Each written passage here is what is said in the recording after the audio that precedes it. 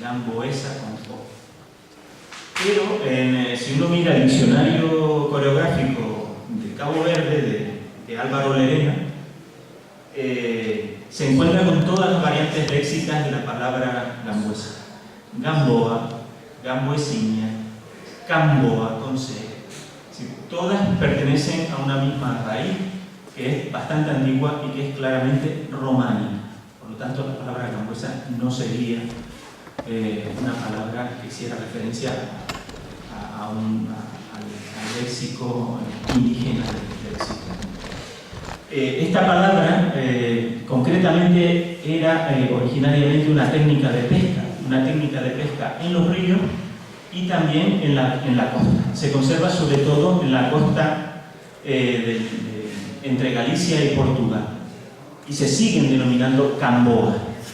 Y es curioso que conforme se produjo la expansión atlántica portuguesa, la palabra camboa fue entrando, estamos hablando del siglo XV, un siglo poco conocido, pero muy importante, ¿no? Porque es un siglo de asentamiento y un siglo de primeros nombres, ¿no? Y de primeras palabras, ¿no?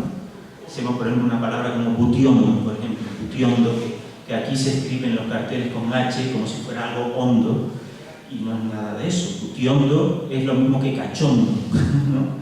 Es la misma palabra, una palabra medieval, pero que desapareció en el siglo XVI por ser palabra, por ser un mal nombre, ¿no? Está Butiondo, el barranco Butiondo y el barranco de mal nombre, ¿no?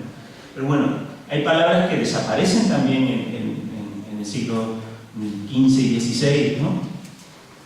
Pero lo curioso, como digo, es que la expansión portuguesa la llevó a distintos sitios. Entonces es curioso que en las ex colonias africanas portuguesas, la palabra gamboa se piensa que es indígena africana, negroafricana. En Canarias se piensa que es guanche. En Brasil se piensa que pertenece al dialecto tupí, amazónico, indígena amazónico. Porque es una palabra difícil de ubicar, pero que está en toda la diplomática, en todas las fuentes, porque la pesca con camboas o gamboas en río era fundamental para el mantenimiento alimentario y para el mantenimiento de los monasterios. Y normalmente en las escrituras de traspaso de los monasterios se traspasaban con las gamboas, también llamadas comboas, combonas, hay mucha terminología vinculada.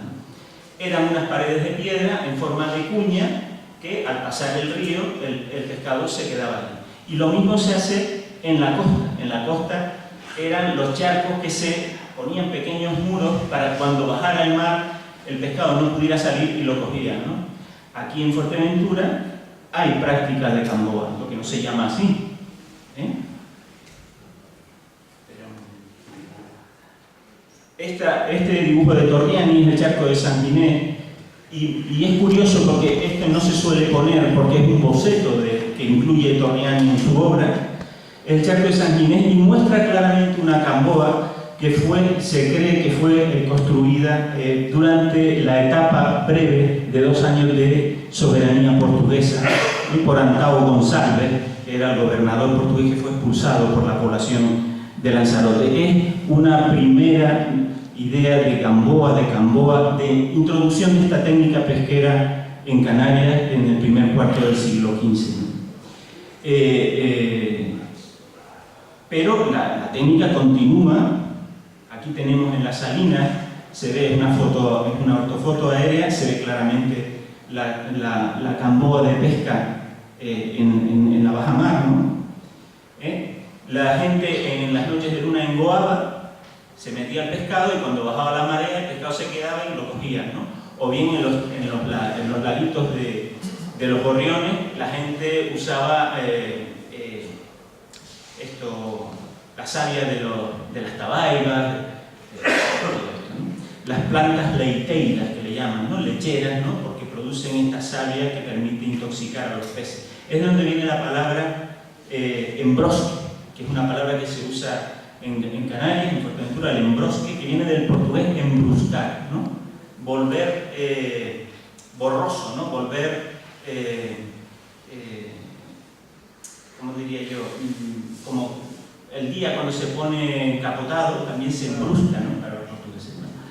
Entonces, digamos que esto entra en Canarias como una técnica pesquera, pero lo curioso es que ya en ese momento había unos corrales indígenas que sí están claramente vinculados al mismo formato, por ejemplo, de las tribus como Aitata en el Antiatlas, en los Montes Sarro, aparecen gambuesas idénticas a las de Fuerteventura, ¿no?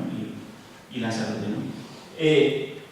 Claro, lo que ocurre es que lo que hacían los pescadores portugueses, que son los que introducen esto, en los tiempos ellos venían y estaban aquí durante meses, cuando el mar no estaba para pescar, a lo mejor hacían una entrada y cogían el ganado y hacían apañadas. La palabra apañada es una palabra portuguesa, y en la Gamboa o Camboa se emplea también la apañada do peixe, la apañada del pez, la cogida del pez, ¿no?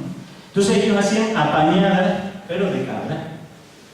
Y a un corral de origen indígena acaba asociándose a la gambuesa, que es de origen portugués, a través de la Gamboa o Gamboa pesquera, ¿no? Esta explicación léxica es interesante por el contenido etnográfico que tiene, porque nos habla de una vinculación entre la actividad marinera y la actividad de captura del ganado. Y hasta ahora pues, no se había encontrado esa asociación entre apañada y gambuesa, una asociación léxica por proceder de la misma lengua. Hay una curiosidad, y es que la palabra es introducida en Tenerife, donde también hay topónimos, por un grupo de majoreros de Fuerteventura y Lanzarote, entre los que destaca Gregorio Tabordo. Y Tabordo, que Taborda es un pueblo en Galicia, donde procede el apellido, pero es un pueblo que emigra, antes del siglo XV emigra a Portugal, y probablemente los Tabordo, que eran muy conocidos, fue una familia importante aquí en Fuerteventura, que desapareció el apellido, ¿no?, en el siglo XVII, XVIII, pues los Tabordo eran de origen portugués ya en el siglo XV, porque estamos hablando de un grupo de majoreros que fue a poblar Tenerife en 1497, y que son los fundadores de Taganana, donde hay un roque que le llaman el roque de Taborno, que probablemente es una deformación de Tabordo, por este Gregorio Tabordo, que fue el encargado de la mesta en Tenerife. Y bueno, simplemente decir esto es una nueva hipótesis, un hallazgo interesante, un hallazgo léxico interesante, en una palabra muy significativa en el léxico canario, en el habla canaria, como es gambuesa, el empezar a darnos cuenta de que no por sonar tan raro es guanche.